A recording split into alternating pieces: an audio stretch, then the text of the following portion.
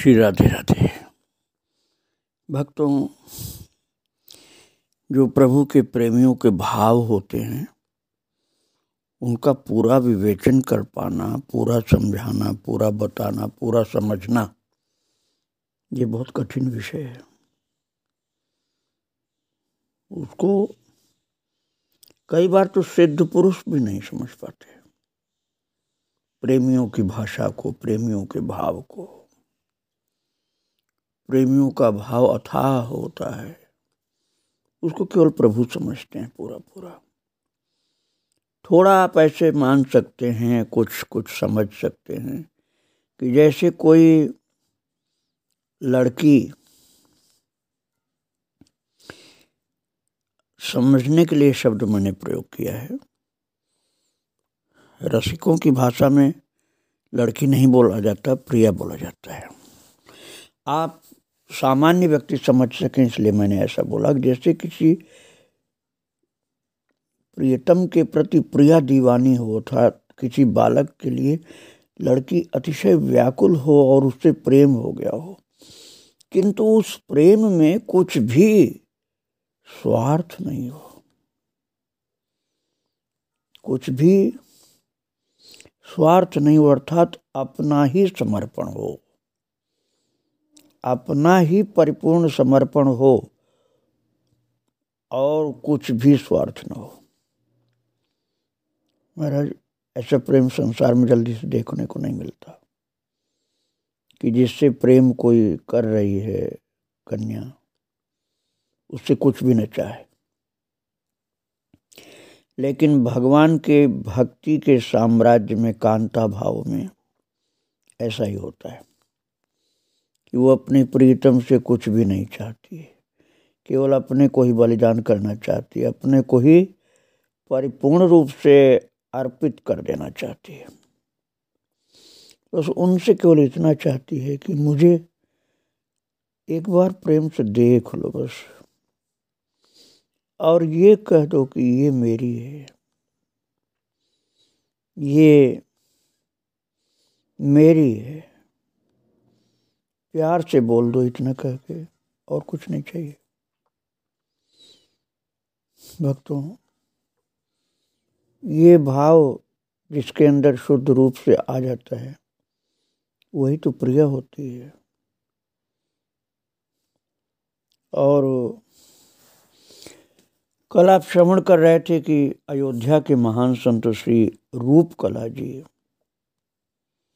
महाराज ऐसे ही महान कांता भाव के वैष्णव रत्न थे, जो देखने में शरीर पुरुष का था उनका, किंतु वृंदावन की भाषा में कहें तो परम रसिक थे। और वो जो अपने शब्द बोल रहे थे उसका भाव था कि हे प्रीतम, मैंने तुम्हारे लिए ही योगिनी का वेश धारण किया, अर्थात मैं सब कुछ दुनिया छोड़ चुकी हूं तुम्हारे लिए, अर्थात मैं तुम पर बलिहार हूं। तुम एक बार, बस केवल एक बार, एक ही बार मैं कह रही हूं कि अपने श्रीमुख से कह दो कि ये रुपया अर्थात ये रूप कला मेरी है। ये बालम, मैं आपकी दिल जानी हूं और मेरे दिल को जानने वाले आप हैं। आप एक बार तो बोल दो बस प्यार से कि तू मेरी है, अर्थात ये रूप कला मेरी है। ये शब्द का मैंने भाव बताने का प्रयास किया है भक्तों, किंतु उनके जो शब्द हैं उसका पूरा पूरा भाव तो बताया नहीं जा सकता है। मैं यही समझूंगा। भक्तों, श्री रूप कला जी महाराज भाव में अपने प्रीतम श्री राम जी को देखते हुए कह रहे हैं, तोहरे पे भैली योगिनिया ये राजा। राजा राम के लिए भी राजा कहा जाएगा, और राजा का मतलब प्रियतम। मतलब मैं आपकी रानी हूँ, आप मेरे राजा है। तोहरे पे भैले योगिनिया ये राजा, क्रिया हमार तनी कह दे बालम। ये रुपया हमार दिल जनिया ये राजा, ये रुपया हमार दिल जनिया ये राजा। अर्थात इतना तो कह दो प्रभु, मेरी प्रार्थना पूर्ण शपथ है आपसे कि हे बालम, हे प्रीतम, मैं तुम्हारे लिए ही योगिनिया बन गई, संसार को त्याग कर। इतना ही धीरे से बोल दो कि ये रुपया अर्थात ये रूप कला मेरे दिल जानी और मेरे दिल को जानने वाले तुम, ये मेरी है। एक बार प्यार से बोल दो ना, क्या जाता है, क्या बिगड़ता है तुम्हारा। भक्तों, ये प्रेम की भाषा है, ये प्रेमी ही जानता है। और जिस समय श्री रूप कला जी अपने पद की अंतिम पंक्ति कातर स्वर से सुना रहे थे, जो मैंने अभी बोला आपको सम्मुख, तभी श्री खाकी बाबा रूप कला जी के पास पहुंचे। अब आप समझ लेना, खाकी बाबा सिद्ध पुरुष हैं, लेकिन कांता भाव के सिद्ध नहीं थे। अभी वो दास्य भाव के थे, और उन्होंने कभी कांता भाव की भक्ता अर्थात रसिक महापुरुष का दर्शन नहीं किया था, जो सिद्ध हो। सिद्ध का मतलब सच्चाई हो, पूर्ण सत्य, समर्पित, निष्काम भगवत प्रिया का पद जो अंदर से प्राप्त कर चुका हो, ऐसी किसी महान सखी के पास नहीं पहुंचे थे। और जब उन्होंने रूप कला जी का दर्शन किया तो खाकी बाबा ने सुना कि तो रो रहे और अपने को स्त्री जैसे बता रहे। रूप कला जी को गिड़गिड़ाते हुए, विलाप करते हुए देखा तो खाकी बाबा को ये बात बड़ी हास्यास्पद लगी। हाँ, अभी उस तरह का भाव नहीं बना था ना भक्तों। अभी तो अपने को प्रभु का सेवक मानते थे। सेवक कोई मामूली नहीं होता है, सेवक तो हनुमान जी भी है, और वही हनुमान जी वाला भाव था। हनुमान जी किसी से छोटे नहीं, सबसे महान है। सन्मुख हो न सकत मन मोरा। राम जी कहते हैं कि तुम्हारी सेवा के सम्मुख में सिर झुका लेता हूँ। महाराज वो बहुत महान है, और उन्हें हनुमान जी की कृपा इनके ऊपर पूरी पूरी थी, खाकी बाबा के ऊपर। और खाकी बाबा को ये महाराज एक पुरुष होकर अबला की भांति रो रो के आंसू बहाते हुए रूप कला जी को देखना, उनको लगा कि ये तो बड़ा हास्यास्पद है कि इतने ऊंचे महापुरुष मैंने इनको समझा था, और एक स्त्री की तरह से रो रहे हैं, पुरुष होकर के भी। बात ये थी भक्तों की, खाकी बाबा अक्खड़ स्वभाव के थे। मैंने आपको पहले बताया था ना कि मालवीय जी को डांट दिया था। मालवीय जी इतने बड़े महापुरुष थे कि उनको अर्ध विश्वनाथ कहते थे उड़िया बाबा, और उनको डांट दिया था अक्खड़ स्वभाव के कारण खाकी बाबा ने।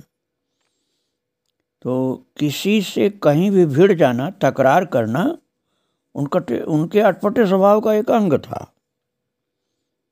बस जिस बात को सत्य मानते थे उसी पर टिके रहते थे, दूसरी बातों को मानते नहीं थे।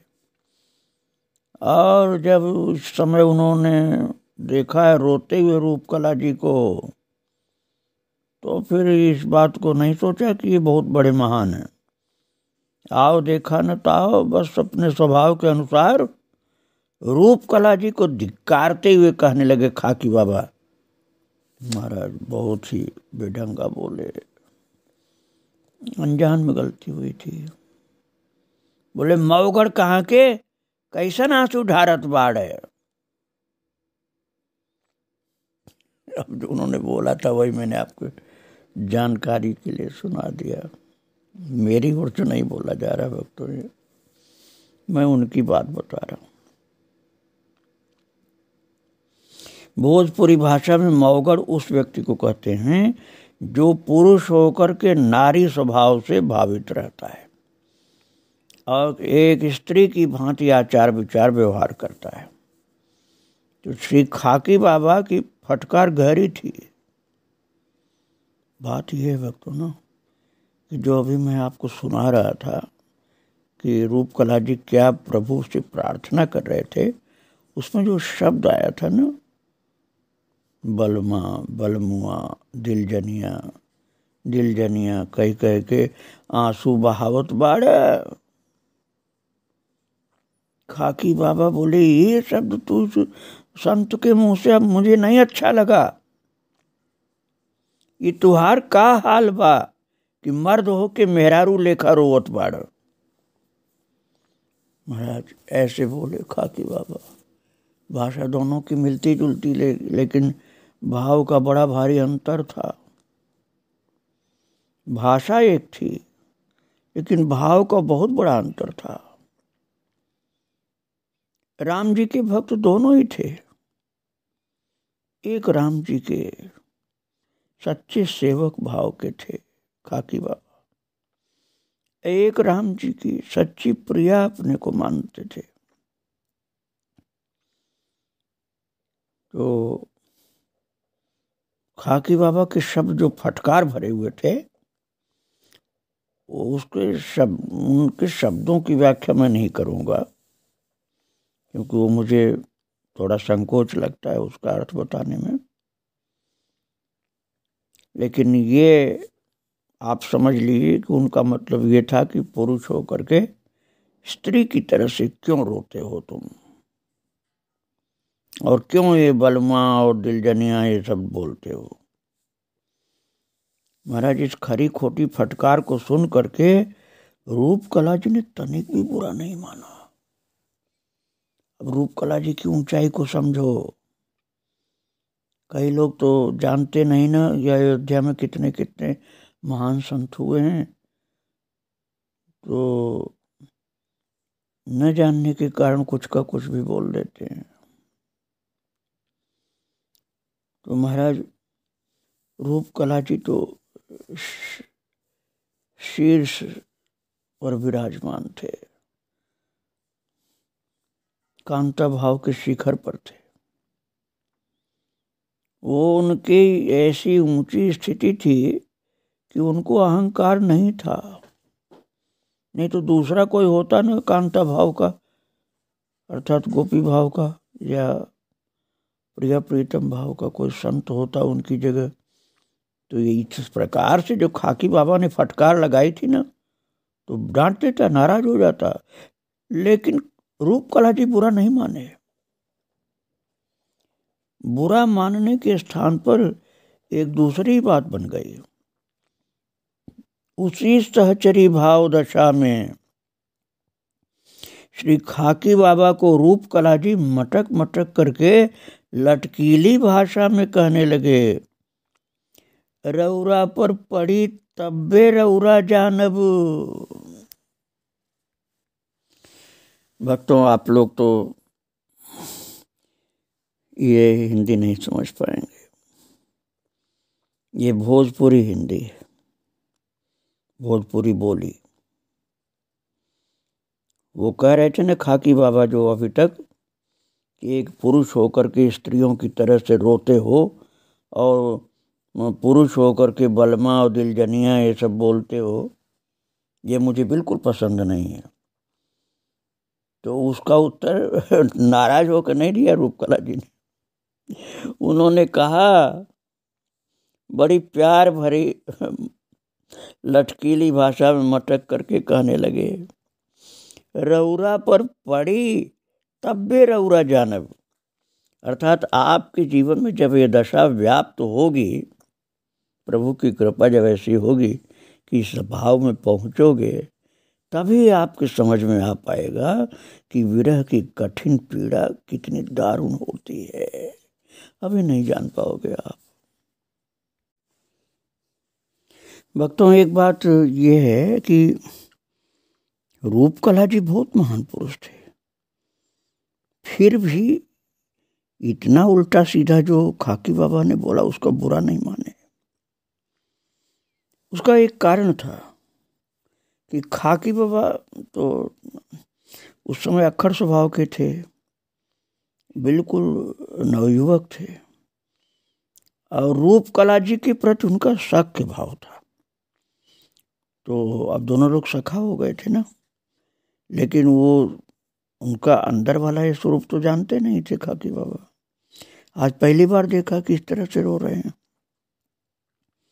और सख्य भाव की अतिशयता में ही उसी फक्कड़पने के साथ उनको झिड़कते हुए कहने लगे जो बाबा ने कहा ना। कौन? रूपकला जी ने क्या कहा?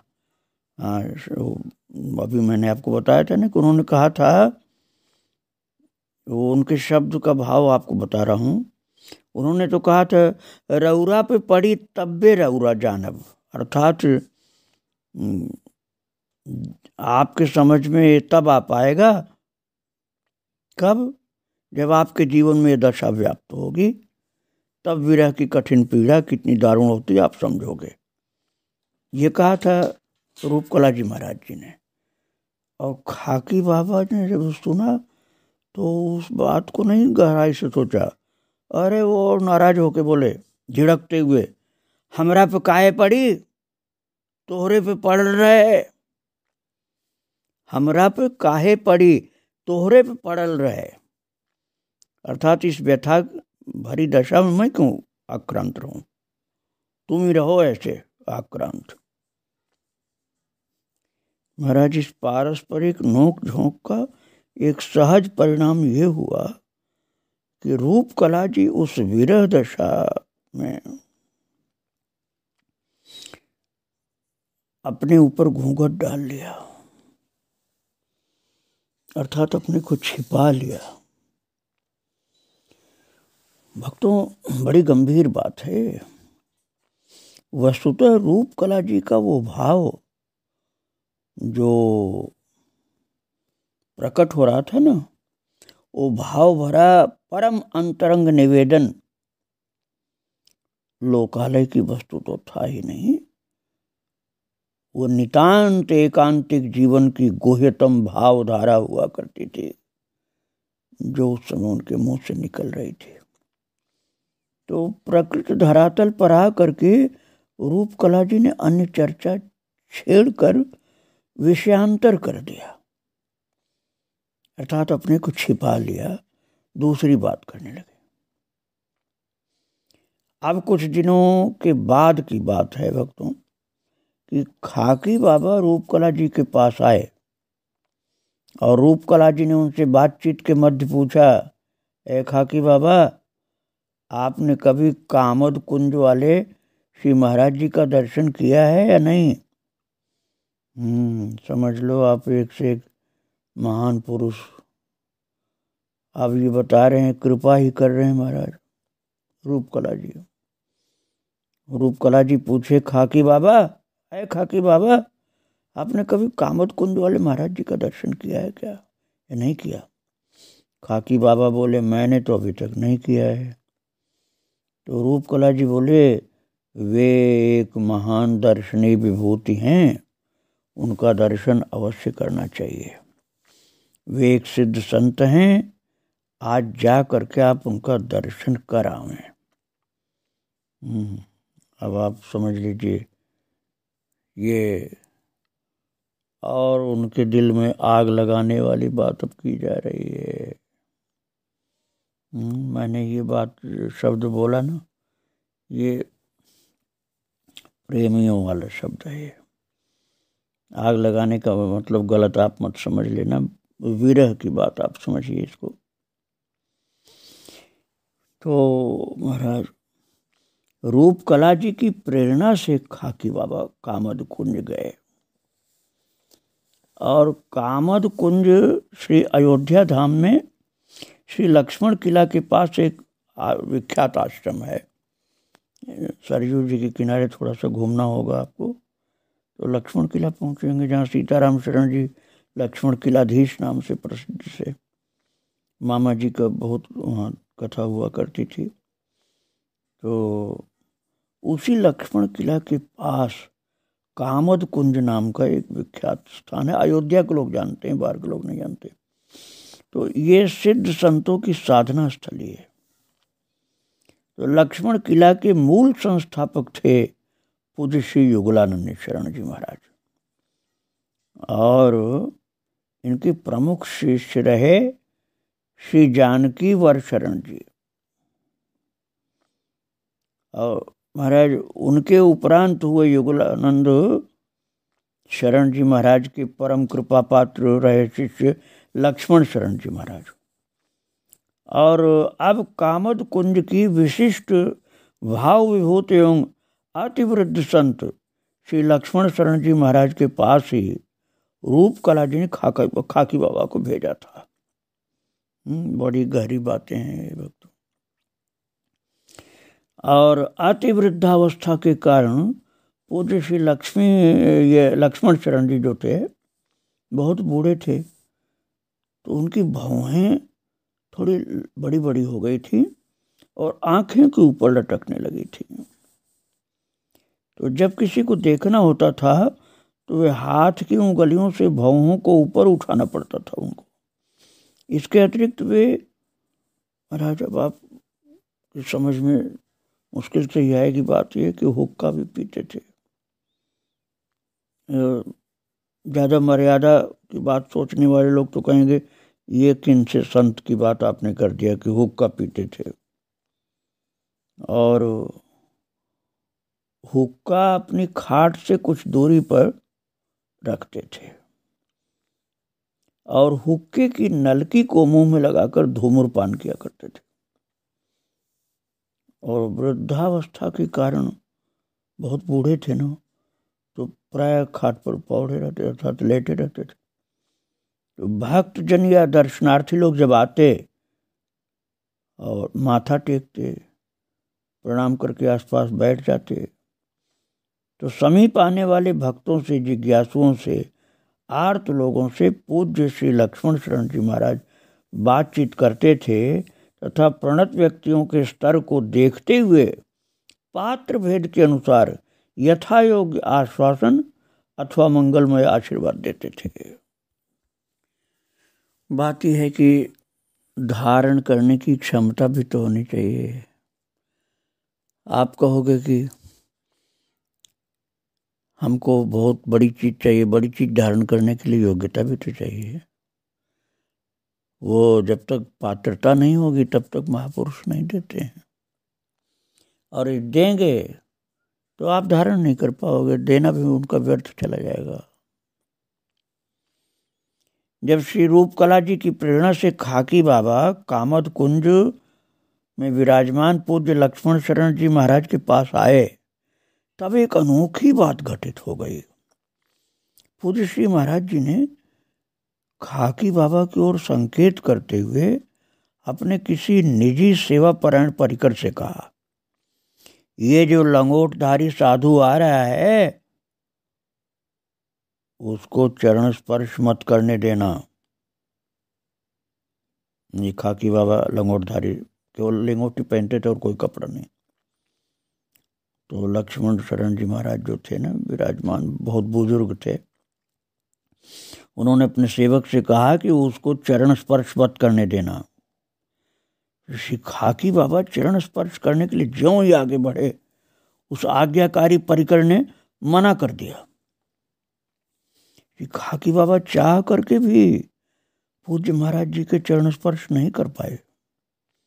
वर्जित कर दिए जाने पर खाकी बाबा वहां एक किनारे बैठ गए, मन मार के बैठ गए कि मुझे चरण भी नहीं छूने दिया गया। मन में झुंझुलाहट हो रही थी कि मैं दर्शन करने आया, प्रणाम भी नहीं करने पाया, चरण भी नहीं छूने पाया। यह अनुशासन केवल मेरे ऊपर ही क्यों किया गया, मुझे क्यों नहीं चरण छूने दिया गया।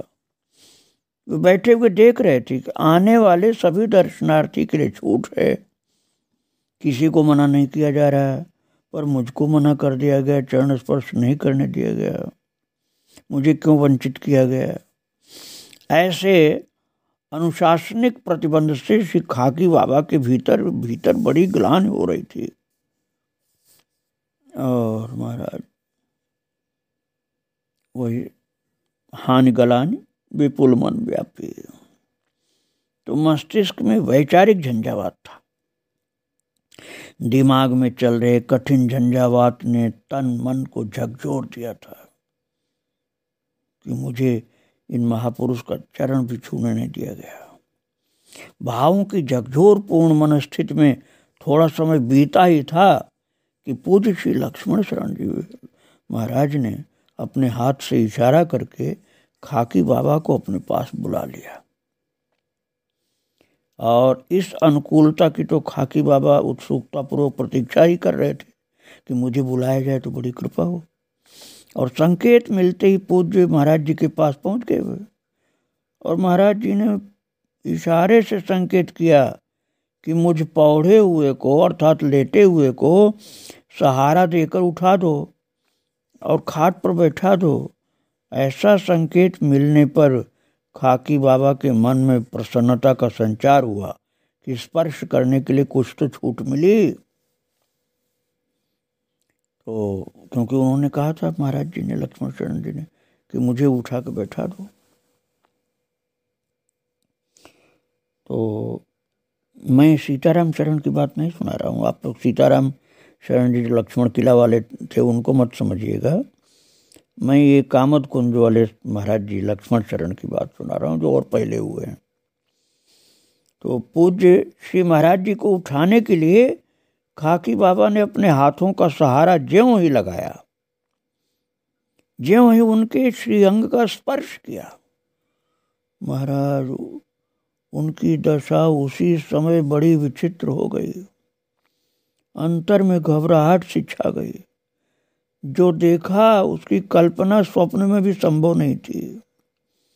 खाकी बाबा ने देखा कि जिन अति वृद्ध संत को सहारा देकर मैं उठा रहा हूँ, वृद्ध नहीं, एक अत्यंत सुंदर कोमलांगी किशोरी हैं। वे सोचने लगे कि मुझ फक्कड़ साधु के द्वारा एक 16 वर्षीय किशोरी के अंग का स्पर्श ठीक नहीं है। ये स्पर्श कैसे हो गया मुझसे, ये तो सर्वथा मेरे द्वारा अनुचित कार्य हो गया। अरे मैंने इसी स्त्री को क्यों छू दिया। और महाराज अब आपको मैं इस विषय को भी नहीं समझा पाऊंगा। बड़ा ही चमत्कार हो गया था खाकी बाबा के ऊपर। उस वृद्ध संत को एक कोमलांगी प्रिया, भगवान की प्रिया के रूप थे, उस रूप में दर्शन प्राप्त कर लिया था। आगे मैं आपको फिर सुनाऊंगा। इन महान संतों को प्रणाम करके आज यहीं विराम दे रहा हूँ। श्री राधे राधे, जय श्री राधे राधे।